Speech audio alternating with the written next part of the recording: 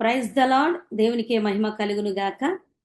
ఈరోజు దేవుని వాగ్దానము ప్రకటన గ్రంథము 3వ అధ్యాయము 8వ వచనం. నీ క్రియలను నేనెరుగుదును, నీకున్న శక్తి కొంచెమై ఉండినను నీవు నా వాక్యమును గైకొని నా నామము ఎరుగననలేదు. ఇదిగో తలుపు నీ ఎదుట తీసి ఉంచియున్నాను, దానిని ఎవ్వడును వేయనేరడు. హల్లెలూయా. దేవుడే స్వయంగా ఈరోజు నీతో ఈ వాగ్దానం చేస్తున్నారు. ఇదిగో తలుపు నీ ఎదుట తీసి ఉంచియున్నాను, దానిని ఎవ్వడును వేయనేరడు అని. ఎందుకంటే దేవుడు ఇప్పటిదాకా నీ క్రియలను, నీ భక్తిని, నీ విశ్వాసాన్ని పరీక్షించి ఉన్నారు. నీకున్న శక్తి కొంచెమై ఉన్నను, నీకున్న అవకాశము కొంచెముగా ఉన్నాను, నీవు ఇరుకులో ఇబ్బందులలో ఉన్నాను, నీవు శోధించబడుచున్నాను, నీవు తరుమబడుచున్నాను. దేవుని వాక్యమును గైకొనే విషయములో నీవు ఆసక్తిని కనపరిచావు. ఆయన వాక్యమును, ఆయన నామమును ఎరుగనని చెప్పలేదు.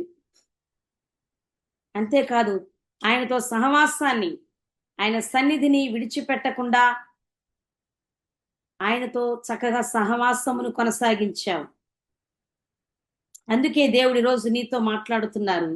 తలుపు నీ ఎదుట తీసి ఉంచియున్నాను, దానిని ఎవ్వడును వేయనేరడు, ఎవ్వడును ముయ్యజాలడు అని మాట్లాడుతున్నారు. అది ఉద్యోగ ద్వారమైనా, వ్యాపార ద్వారమైనా, పరిచర్య ద్వారాలైనా, విడిపోయినటువంటి సంబంధాలు దేవుడు కలిపబోతున్నారు. కోల్పోయినవి పొందుకొనటానికి కావలసిన ద్వారాలైనా, ఇంకా నీవు దేని కొరకు ఎదురు చూస్తున్నావో ఆ ద్వారమును, ఆ తలుపును దేవుడు నీ ఎదుటే తీసి ఉంచి ఉన్నాడు. ఇక మీదట దానిని ఎవ్వడును వేయజాలడు. బైబిల్లో మనం ఒక సందర్భాన్ని జ్ఞాపకం చేసుకుంటే, హేరోదు పేతురును చెరసాల్లో వేయించి 16 సైనికులు కావలి ఉండేటట్టుగా చేశాడు. 2 సంఖ్యలతో పేతురును బంధించి 2 సైనికుల మధ్య అతనిని ఉంచి చెరసాల్లో బంధించాడు. అయితే హేరోదు పేతురు బయటకు రాకుండా ఇనుప గడియలు, ఇత్తడి తలుపులు బిగించి అనేక మంది సైనికులతో కావలి ఉంచి పేతురును బంధించినప్పుడు, దేవుడైతే పేతురుని విడిపించాలని ఉద్దేశించి స్వయంగా తన దూతను పేతురు ఉంటున్న చెరసాల్లోనికి పంపి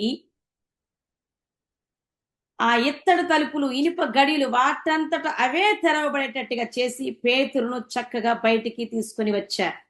హల్లెలూయా.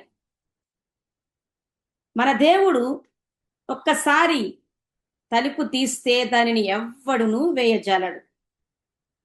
ఒకవేళ దేవుడే గనక తలుపు మూస్తే, ద్వారాలు మూస్తే, ఇక ఈ భూమి మీద ఎవ్వడును వాటిని తీయజాలరు. కాబట్టి ఈ రోజున దేవుడు నీతో చేస్తున్న వాగ్దానము, ఇదిగో తలుపు నీ ఎదుట తీసి ఉంచి ఉన్నాను, దానిని ఎవ్వడును వేయనేరడు అని. దేవుని వాగ్దానాన్ని విశ్వసించండి, వెదకటం ఆరంభించండి, తట్టటం ఆరంభించండి. మీ కొరకు దేవుడు సిద్ధపరిచినటువంటి ద్వారాలలో ప్రవేశించుదురుగాక. దేవుని యొక్క కృప మీకు తోడుగా ఉండునుగాక. ఆమేన్.